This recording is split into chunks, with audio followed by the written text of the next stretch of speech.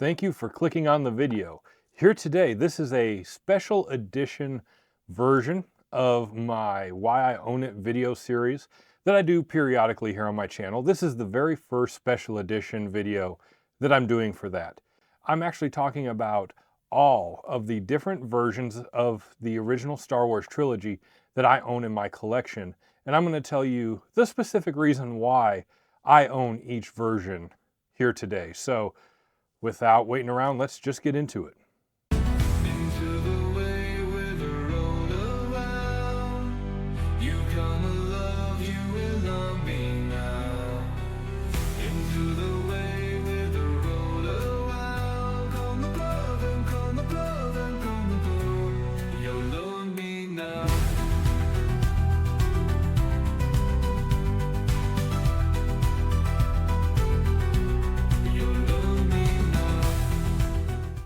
Unless you're somebody who's really not in the know for Star Wars films, you probably know that George Lucas, and especially even now under Disney's ownership of the franchise, they've kind of made a concerted effort to get rid of the original theatrical versions of the original Star Wars films, and they really have just stuck with updated versions kind of every time a new format comes out. And it really stems from the original 1997 special edition release.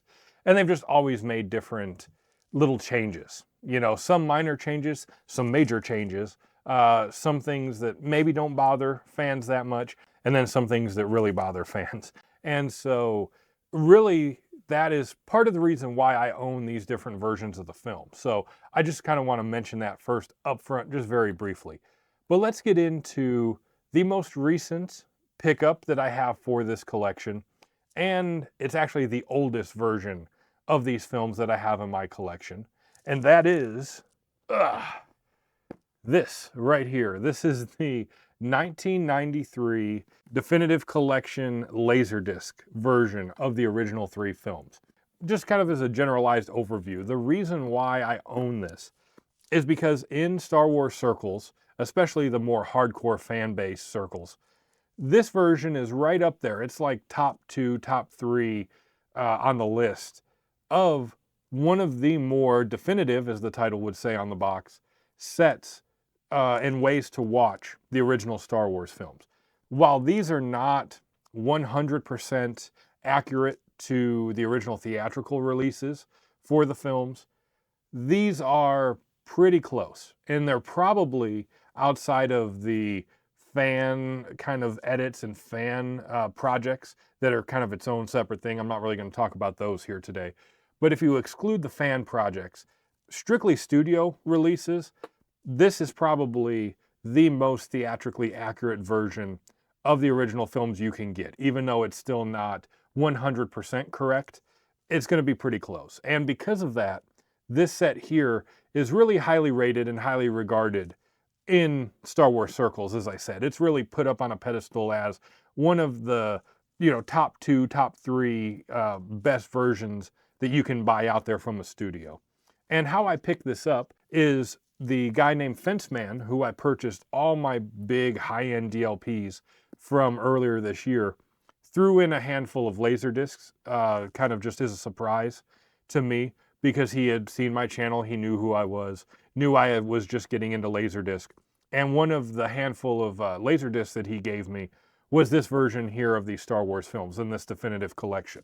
And so that is how I ended up getting this. Again, not going to go into a lot of detail here. I will say this is a very good experience for the audio and video quality for what you're getting out of this Laserdisc set. But if you want more detail on that, I'll have the video linked up here or down below or at the end of the video of the dedicated video I did on this that should have released, earlier before this video came out. So definitely check that out if you're interested in that. But this is the first version of the original trilogy that I own here in my collection, and that is the 1993 Definitive Edition Laserdisc set. Okay, so we're on to the next set that I own, and this is the next chronological set that came out after that Laserdisc, and that is going to be this, the 1997 special edition version of the films on widescreen VHS. Now, the reason I own this specific set is actually from a fellow YouTuber here on the platform. His name is the Damn Fool Idealistic Crusade. And if you're not familiar with him, as a side note, I highly, highly recommend you check out his content. I'll have the video where he talks about Star Wars, and more specifically, the video is more about Return of the Jedi, but he does kind of go into other Star Wars films a little bit. But he talks about this release here, and I'll have that video linked down below for you guys to check out if you haven't seen him. But just to wrap up with him, he is a really good YouTuber in terms of talking about the history of home media releases, especially for classic films.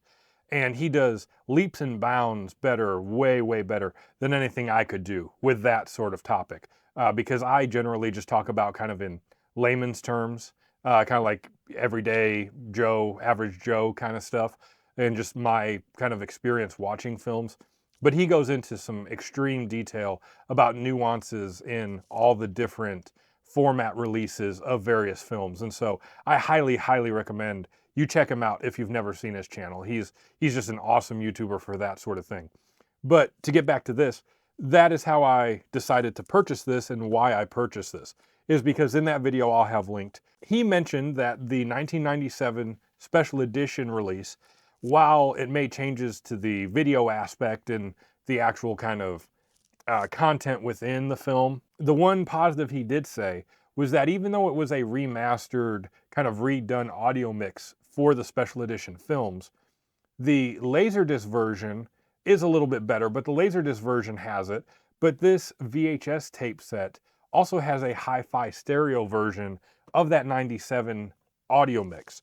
And you can generally find these sets here on VHS for way, way cheaper than the Laserdisc set.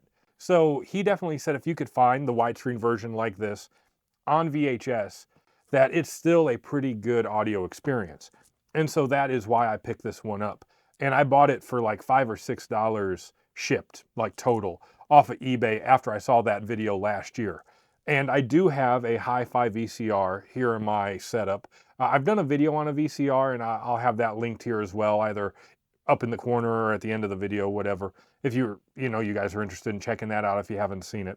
But the main reason, without going into too much detail, I have a hi-fi VCR and obviously a surround sound setup, is because the ProLogic audio, the Dolby ProLogic audio that's encoded on hi-fi VHS tapes such as these, will allow you to use your Dolby ProLogic decoder in your, receiver or whatever you're using, audio, video, AV processor, whatever, and allow you to actually expand out the encoded surround sound format. So this will get you pretty close to the Laserdisc quality in terms of that 97 audio mix.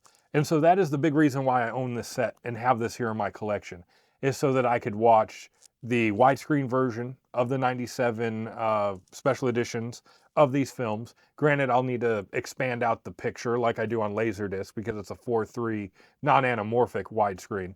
But even doing that, you get decent enough serviceable quality.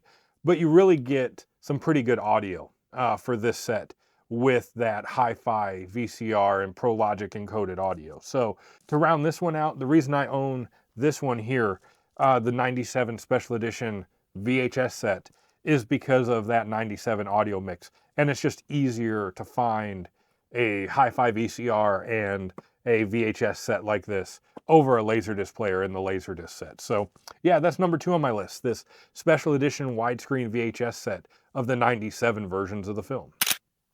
Okay, so now we're on to the more modern releases that I own here in my collection. And the next release is going to be this one. This is the 2005, I believe it's 2005 or 2006. I always get it confused.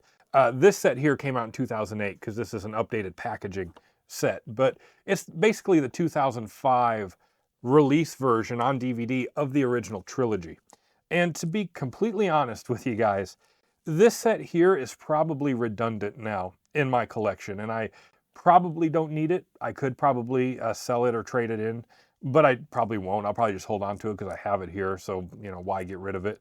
But it really is kind of redundant. And the reason for that is not so much the updated 2005 version of the films that are on the discs in this set, but it's mainly for the bonus discs, the second discs that come with each one of the films.